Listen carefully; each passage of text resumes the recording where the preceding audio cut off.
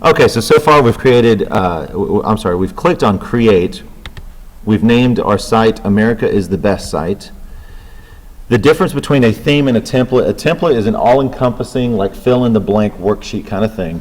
Your theme is simply going to be your color schemes. There's going to be, really it's just the color schemes, and that's it. So I normally go to this dark area because I have a dark soul, slate. Now let's be happy. Let's do, here we go, sunset. Oh, glitter. Now the cool thing about anything Google is that it's uber personalizable. You can change it a lot. You can personalize it. You can personalize it. Thank you. And so if we pick glitter, and this is what's great for the kids as far as their buy-in, if you pick glitter in 7th grade and you outgrow that and you're really into the Jonas Brothers or whatever, the next year you can go in and change the background, and these kids already live in this world, so they're going to know how to do that pretty quickly. But none of this that we're doing today is set in stone. So I've picked glitter because I'm in a glitter kind of mood. And I'm going to click Create. Yeah, so I click glitter, and I'm going to retype the code.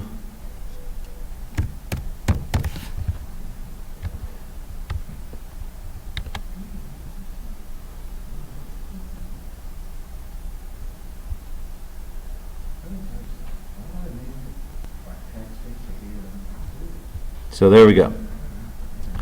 So now we have our home page set up. There's a site map set up on the sidebar over here, and then nothing else. We've got the glitter black background, and we're off and running.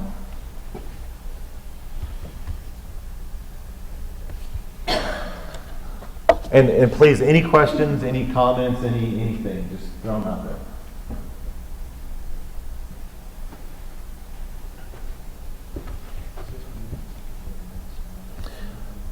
Okay, so we can put a check mark over here, setting up and naming a Google site. Okay, now there's a check mark.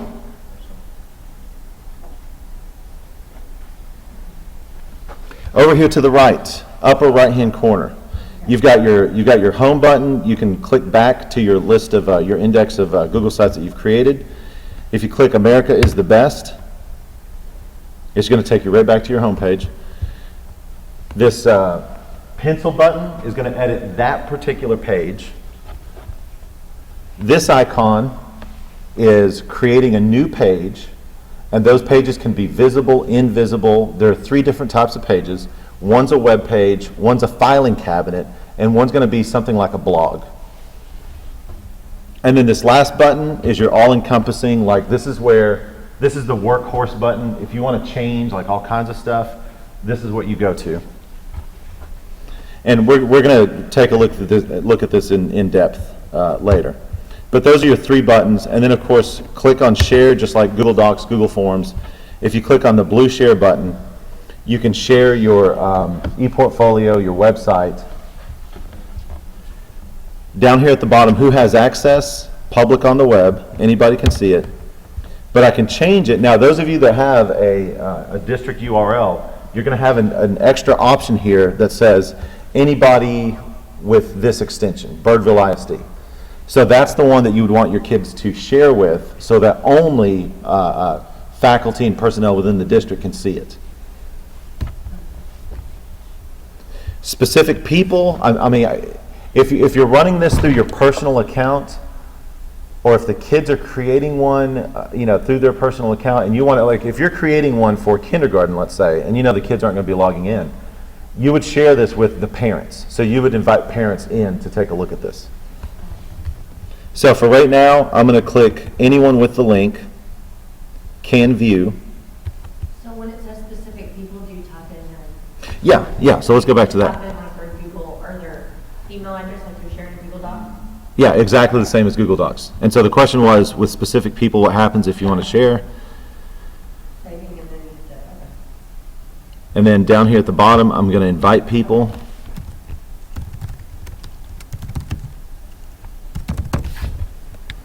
I'm going to decide what these people can do. Can they edit? Are they the owner, or can they view? I don't trust myself, so I'm going to just let me view it. I'm going to send an email to myself. I'm going to notify myself and click send. I'm sending this to, outside of the Google domain. So yes, I want to do that. So now you see my email address here. So you can take a look. And at any point, if you want to erase, you just click the X if you don't want that parent seeing that ePortfolio for whatever reason. Or you've got a kid that keeps uploading naughty or inappropriate stuff or whatever, you can kick the kid out. If you've got a blog, if you're doing a classroom blog for the week, and you add a kid's name, you click can edit, and you give them that week, you're going to write a blog, you're going to reflect on what we've done this week, what really stood out. Or heck, create a page where the kids are evaluating you. So Johnny week 1 is going to write an evaluation blog of you and what you've done that entire week. Week 1, week 2 is going to be somebody else, week 3 somebody else. You would just go in and add their email addresses. Everybody's going to view, but only that kid writing your evaluation is going to edit. And if you want like some crazy buy-in, these kids will be honest. I mean, if you're good, they'll tell you you're good, and if you're bad, they'll tell you what it was that you did. I can't stress enough allowing kids to evaluate you, because one, if you don't like what they said, you can always say, they're kids. But they really do give you great input. I didn't realize, I'm a sarcastic guy by nature, dry personality, that kind of stuff.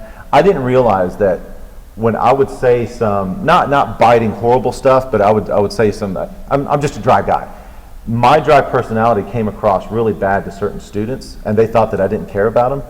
I didn't get that until I started evaluating the kids, and then I felt horrible. Like, I almost teared up because I had a girl saying that I scared her. I mean, you as a guy, as a coach, you're walking in, you're 6'3", and all of a sudden a girl's scared of you because of your personality and your stature and all that stuff. And I'm like, I am so sorry. Like, I didn't mean to do that. So anyway, using evaluation tools, I think, is wonderful if you put it in the kids' hands. So we're going to go down. We've shared. We're going to go back to the home page. So we've got the 4 buttons under our belts. Any questions about the buttons, at least at this point? So we're just going to change the page. We're going to add a page, and then the all-encompassing change everything. Okay, so let's go ahead and name, edit, icon, add a page. Let's go ahead and edit the page. So we're going to click the pencil. So now this almost looks like a Google Doc. You've got your options up there, your tool belt, so to speak, up at the top.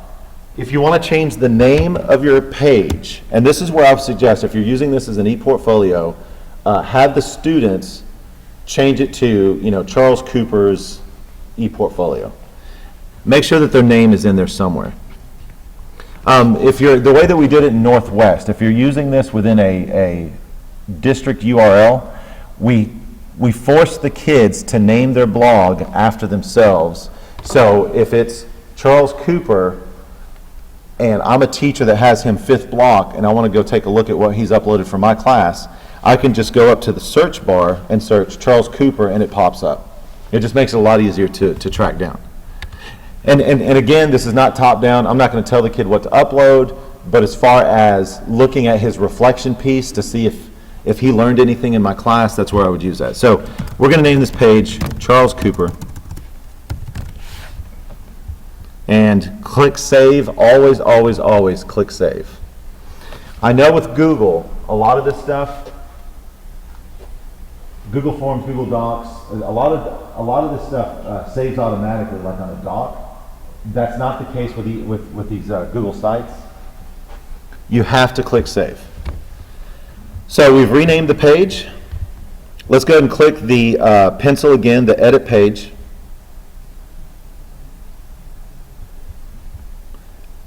Here's the insert button, and you can insert anything Google related that's under your account.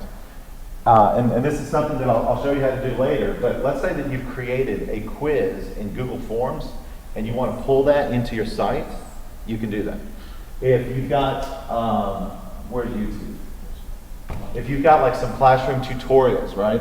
And you want to create a page that's for classroom tutorials where the kids are doing the tutorials and saving it to the classroom account, you click YouTube, you import the videos.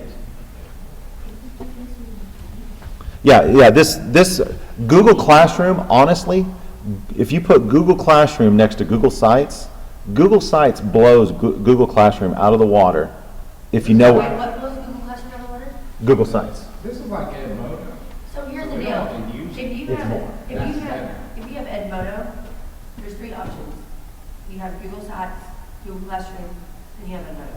Yeah. You only need one. You don't need all 3. I agree with, as far as what I'm aware of, I agree. Is that accurate? I would agree with you, yes, Okay. and I'm not saying that I know everything No, about. I'm- Edmodo, I've never used, and I kind of stay away from it. Yeah, good choice. It's horrible. It's like Facebook for 6th graders and they don't know how to use it. It's really bad. It's horrible. It doesn't ever work. So you're telling me if I went to go Google in my classroom, it would be easier for me to go Google Sites than it would be Google Classroom? With this stipulation, as long as you know what you're doing with Google Sites, Right. you will blow Edmodo and Google Classroom out of the water. Now, eventually, Google Classroom will become more complex, but right now, Google Classroom is the exact same thing as Edmodo, maybe a little bit worse. For my Worse? Yeah, because they haven't tricked it up yet. It's coming. I'm sure it's coming. But Google Classroom is super simple, and it's meant to be simple so that more people jump onto it. Right. And then, just like a drug dealer, right? The first one's free. They want, I didn't say that, by the way. Dang it, I was recording that. Oh! Yeah, I try not to be. You're right. So with Google Classroom, as far as I know, it's very simple, and it's meant to be simple to get as many teachers on board, and then they're going to start tricking it up as the months and years go by. With Google Sites, everything is there ready to roll. And like, are you familiar with Flubaroo? Yes. Okay, so Flubaroo for the uninitiated is what? Gosh. It's an add-on for Forms that if you create a quiz in Google Forms. Oh, yes. Okay, so it's an add-on for Google Forms so that you can create a quiz in Google Forms, and then when you press, I don't know if it's share or I haven't figured out how to get it to the Google Sheets form yet, but when it goes to Google, like when you create a form, you have the option of creating a sheet. Mm-hmm. So when the form goes to the sheet, it's graded for you.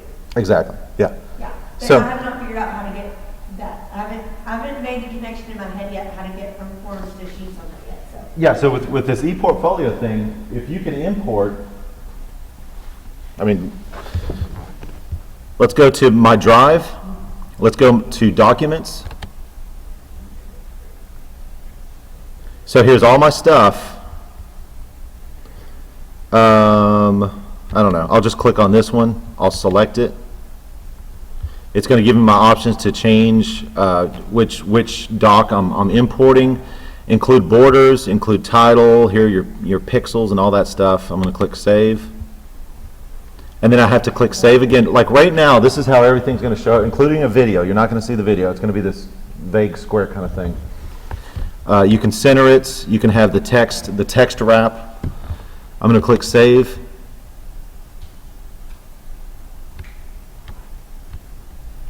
And so now if you want to have like a kid take notes in your class for everybody else to access, so everybody else can pay attention, now all of a sudden you can create a page just for classroom notes that maybe not just one kid, let's say a group of 3, not everyone's going to get all of the stuff that you're going through in class. So if you have 2 or 3 students and they're all collaborating on a Google Doc, Right. writing notes, only they can edit it, so the rest of the kids can go home and read it. Now all of a sudden, you've got this documentation of what's going on in class, you're involving the kids in the documentation, and you're kind of modeling the proper use of technology right in front of them. And this is kind of what you do. You let the technology do what it needs to do without getting in the way, Right. and it takes stuff off your plate. Because now all of a sudden, if you've got this knuckleheaded table over here that they're always goofing around and not ever taking notes, they've got access to the notes. Yeah. And so then mommy and daddy show up and they're like, you know, why'd they bomb your test? Well, you know what? everything.